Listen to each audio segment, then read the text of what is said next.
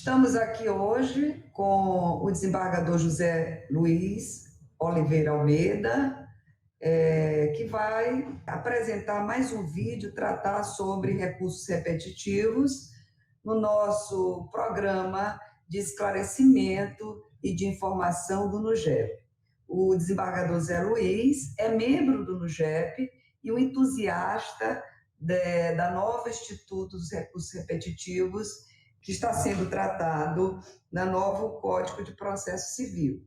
Mas, apesar de ser tratado no Código de Processo Civil, é algo que vai além da matéria civil.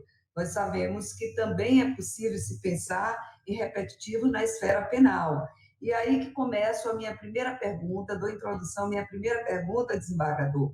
O que o senhor tem observado em termos de recursos repetitivos na seara criminal? Há essa possibilidade? Há um número expressivo? Ou a nossa opção seria de outra ordem, na questão da jurisprudência já firmada, já consolidada?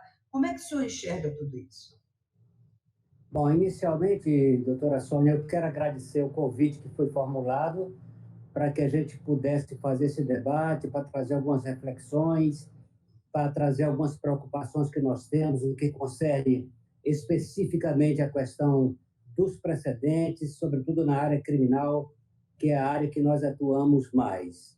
Eu quero parabenizar a equipe do NUGEP, na pessoa do nosso presidente, desembargador Paulo Welter, por ter trazido essa possibilidade dessas intensas reflexões em torno de um tema que é tão candente, que é tão interessante, que é tão representativo de todas essas questões que nós temos enfrentado ao longo da nossa atividade, especificamente na área criminal.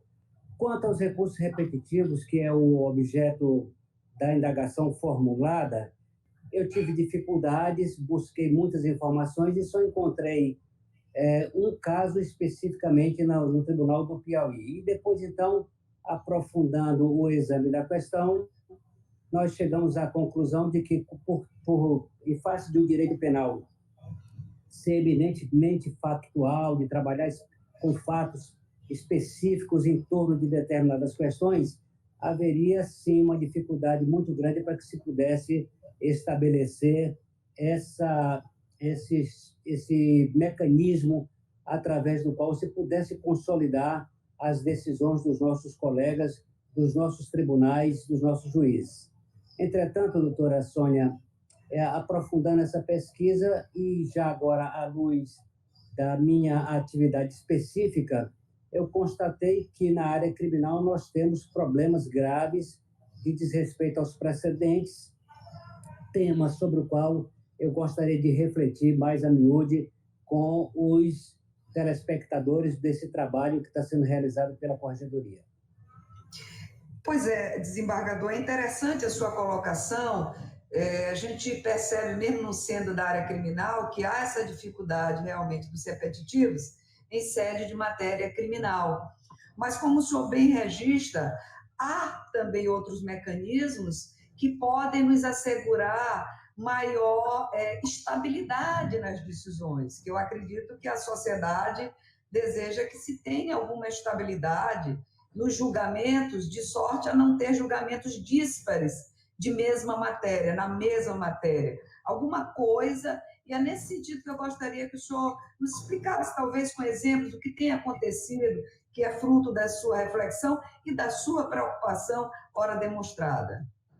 Bom, em primeiro lugar, é preciso admitir que nós temos uma cultura de precedentes rarefeita. Nós ainda não consolidamos no Brasil a compreensão de que é preciso que haja observância dos precedentes, e não só dos precedentes vinculantes, mas também da jurisprudência, como preconizam os próprios diplomas legais. Então, o que se observa em face dessa cultura que ainda não está consolidada, a despeito do Código de Processo Civil, que trouxe esses comandos legais desde 2015, nós ainda não consolidamos a compreensão de que é preciso obedecer os precedentes, a jurisprudência consolidada, no afã, sobretudo, de dar segurança jurídica ao cidadão. Então, o que acontece na área criminal especificamente? Eu observo na área criminal, doutora Sônia, que há um quase descaso em relação aos precedentes. E tenho repetido nas oportunidades que tenho de falar em torno dessa questão, repetido uma frase que para mim é lapidar do ministro Barroso: não é interessante para a sociedade que dois vizinhos litigando em torno da mesma questão, da mesma quadra fática, da mesma conformação jurídica, recebam diferentes decisões a depender da Câmara ou turma para a qual a sua pretensão, ou a pretensão em face da qual ele luta, tenha sido distribuída. Eu vou dar um exemplo que é para a gente poder fixar melhor na memória a minha preocupação e as razões pelas quais eu trago à consideração essa questão. Pena aquém do mínimo legal. Já há jurisprudência consolidada há vários anos de que a pena não pode ser fixada aquém do mínimo legal, quando você tem que aplicar uma atenuante.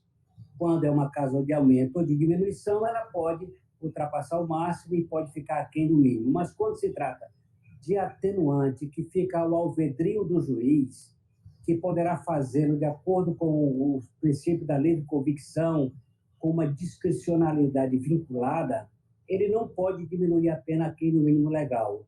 Há um comando legal claro, há um precedente, há uma súmula vinculante. Entretanto, os juízes do Maranhão especificamente, que eu conheço a realidade, eles persistem em diminuir a pena aquém do mínimo legal.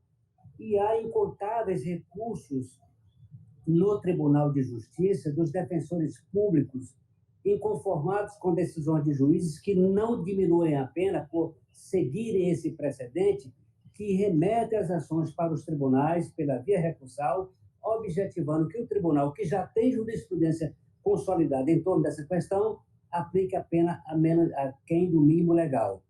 A despeito dessa consolidação, ainda há colegas que, infelizmente, continuam diminuindo apenas aquém do mínimo legal, o que tem possibilitado, o que tem estimulado o Ministério Público a recorrer, sobrecarregando o tribunal em face de uma matéria que já está consolidada. Dou outro exemplo muito claro também: arma de fogo desmuniciada. Eu, quando assumi o Tribunal de Justiça do Maranhão, doutora Sônia, eu entendia que uma arma de fogo sem munição, ela é um instrumento como outro qualquer. Você não tem como efetuar qualquer disparo de algo que não tem um artefato. E aqui, então, eu comecei, na minha atividade judicante em segunda instância, absolvendo todos os casos de arma de fogo desmuniciada, por compreender que ela não oferecia qualquer perigo. Veio o Superior Tribunal de Justiça e consolida a jurisprudência em sentido diferente, no sentido de que a arma de fogo, mesmo desmuniciada, esse crime, o portar a arma de fogo, é uma situação típica. No momento em que o Superior Tribunal de Justiça consolidou a jurisprudência, a nós não restava outra alternativa que não seguir essa consolidação. O que eu fiz, então? Eu passei, então, a decidir diferente do que fazia, mas expondo as razões da minha compreensão diferente, mas dizendo que, a despeito disso, eu me submetia à súmula vinculante. Então, como esses são vários exemplos que nós temos e que nós poderíamos, ao longo dessa conversa, poderíamos expor a você para que a gente possa ter exatamente a dimensão de quanto a não observância desses precedentes, por falta dessa cultura que há pouco falei, como isso tem causado uma instabilidade jurídica, porque as pessoas definitivamente não compreendem que as decisões do tribunal, as decisões dos colegas magistrados sejam uma loteria. Ou seja, eu aguardo uma distribuição, se ela eventualmente cair para determinado magistrado, eu tenho uma condenação certa. Se ela cair para outro magistrado, na mesma quadra fática, a mesma conformação jurídica, eu vou ter uma absolvição garantida. Então, o direito não é uma loteria. E se nós trabalharmos com essa perspectiva, nós criaremos uma instabilidade jurídica que não interessa a ninguém. Isso é uma consequência muito interessante, desembargador, e que não pode ser afastada. Mas muito interessante na sua fala, permita-me destacar, e aí já faço uma ponte para a questão do engessamento, essa colocação que o senhor faz de que observa os precedentes, ao mesmo tempo que preserva seu entendimento ao consignar o seu entendimento na decisão, mas respeitando o entendimento consolidado. Parece que isso é um bom caminho, porque no momento seguinte, em havendo uma evolução, em face dessa discussão que você promove, no próprio ato de julgar, é possível se pensar em modificar aquela decisão sem que se pense, sem que se deixe de atentar para o que existe naquele momento. É nesse sentido que eu gostaria de fazer a observação na sua fala, que eu achei muito pertinente. Pois é, eu tenho feito isso sistematicamente. Algumas questões me incomodam. E por me incomodarem, eu prefiro consolidar, consubstanciá-la nas minhas decisões, exatamente para abrir essa possibilidade de que as pessoas possam refletir em torno desses temas. A jurisprudência ela tem um viés evolutivo. A jurisprudência ela se consolida num determinado momento histórico, mas ela tende, à luz da evolução da própria sociedade, ela tende a se modificar para que ela possa exatamente estar em sintonia com esses novos valores que estão incorporados na sociedade. Acho que nós podemos, então, à luz das nossas reflexões, a gente pode instigar as pessoas para que possam refletir em torno do tema.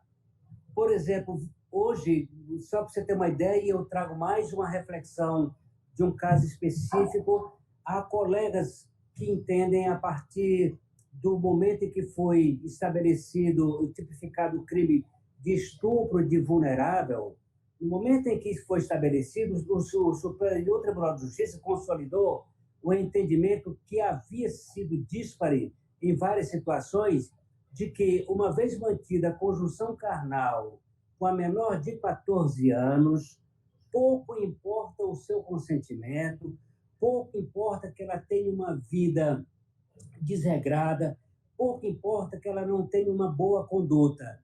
No momento em que há a consolidação da cópula vagínica ou de qualquer outro ato libidinoso que se configure estupro, pouco importa se a vítima tenha consentido para destipificar ou tipificar a ação.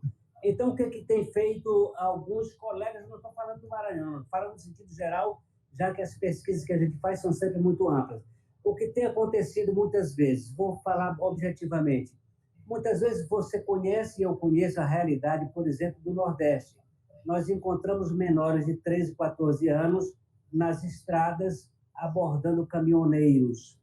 E acontece muitas vezes que, a partir daí, evolui esse primeiro contato para uma cópula vagínica ou qualquer outra coisa. Por alguma razão, a menor que objetivava ganhar, tirar alguma vantagem dessa relação, não consegue. Ela resolve, então, denunciar o fato. Esse fato em si, ele traz em nós, cidadãos, o sentimento de que, de rigor, poder-se atenuar a situação do autor desse fato em face de toda essa conjuntura. Entretanto, o Superior Tribunal de Justiça bateu o martelo. Pouco importa as circunstâncias das quais decorreram os atos libidinosos. Uma vez praticados esses atos contra menores de 14 anos, restará configurado o crime de estupro de vulnerável. A gente, às vezes, se depara com situações que a sensação que temos é que uma situação de injustiça. Mas, veja bem, essa é a situação fática, a fática jurídica de agora, mas a sociedade pode evoluir para uma outra compreensão, porque quando o legislador preconizou essa possibilidade, ele objetivava principalmente proteger a infância. Então, no momento em que a mens legis, o objetivo do legislador era proteger a infância, pouco importa, portanto, a aquiescência, porque há uma presunção de quem tenha menos de 14 anos não tenha capacidade de consentir com a cópula vagínica ou com qualquer outro tipo de ato libidinoso. Portanto, a jurisprudência poderá evoluir no sentido de relativizar esse consentimento. Hoje, entretanto, não é possível fazê-lo. E, nesse sentido, a nós somos resta, dos tribunais e magistrados, seguir a orientação. Porque, doutora Sônia, só para poder fechar essa compreensão, eu tenho dito várias vezes nas sessões das quais participo, que até já propus isso, ainda não conseguimos chegar a esse nível que eu gostaria, e nem acho que esteja absolutamente correto, mas acho que a gente pode refletir em torno dessa questão. É o próprio Código de Processo Civil e agora o Código de Processo Penal que preconizam que decisões que afrontem a jurisprudência consolidada, as súmulas vinculantes, elas são decisões desfundamentadas. Disso resultando que, se elas são desfundamentadas, elas são decisões nulas de pleno direito. Sendo nulas de pleno direito, eu até compreendo que não seria o caso do tribunal reformar a decisão para apresentar outra, porque supleria a instância.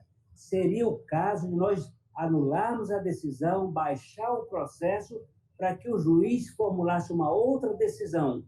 Quais seriam os efeitos práticos disso? Basicamente, o efeito didático, de mostrar ao magistrado que ele não pode continuar decidindo contra os precedentes e que essa decisão, se ele não apresenta um caso de distinção, se ele não demonstra quantum satis, que é um caso de distinção ou um caso de superação, ele é obrigado a decidir de acordo com o precedente. Se ele não o faz, nós teríamos sim que anular essa decisão, porque ela é nula, ela afronta a Constituição, decisão desfundamentada, ela hostiliza a Constituição, e, nesse sentido, acho que a melhor decisão seria anular a decisão do colega que afrontou uma súmula vinculante, que afrontou a jurisprudência consolidada e determinar a baixa dos autos para a primeira instância.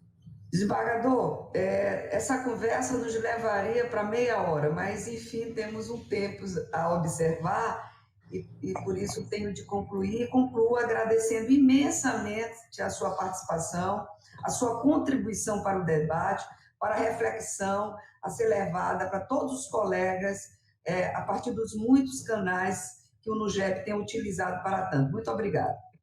Eu agradeço também, doutora Sônia. Eu teria várias outras situações que nós poderíamos mencionar. Infelizmente, o tempo é curto. Eu nem imaginava que o tempo já tivesse fluído com essa rapidez, dada a relevância e a empolgação com que me coloco diante desses temas que entendo candentes e relevantes para o desempenho das nossas funções. Eu agradeço ao NUGEP, agradeço a Vossa Excelência e espero que ter dado a minha contribuição. Muito obrigado.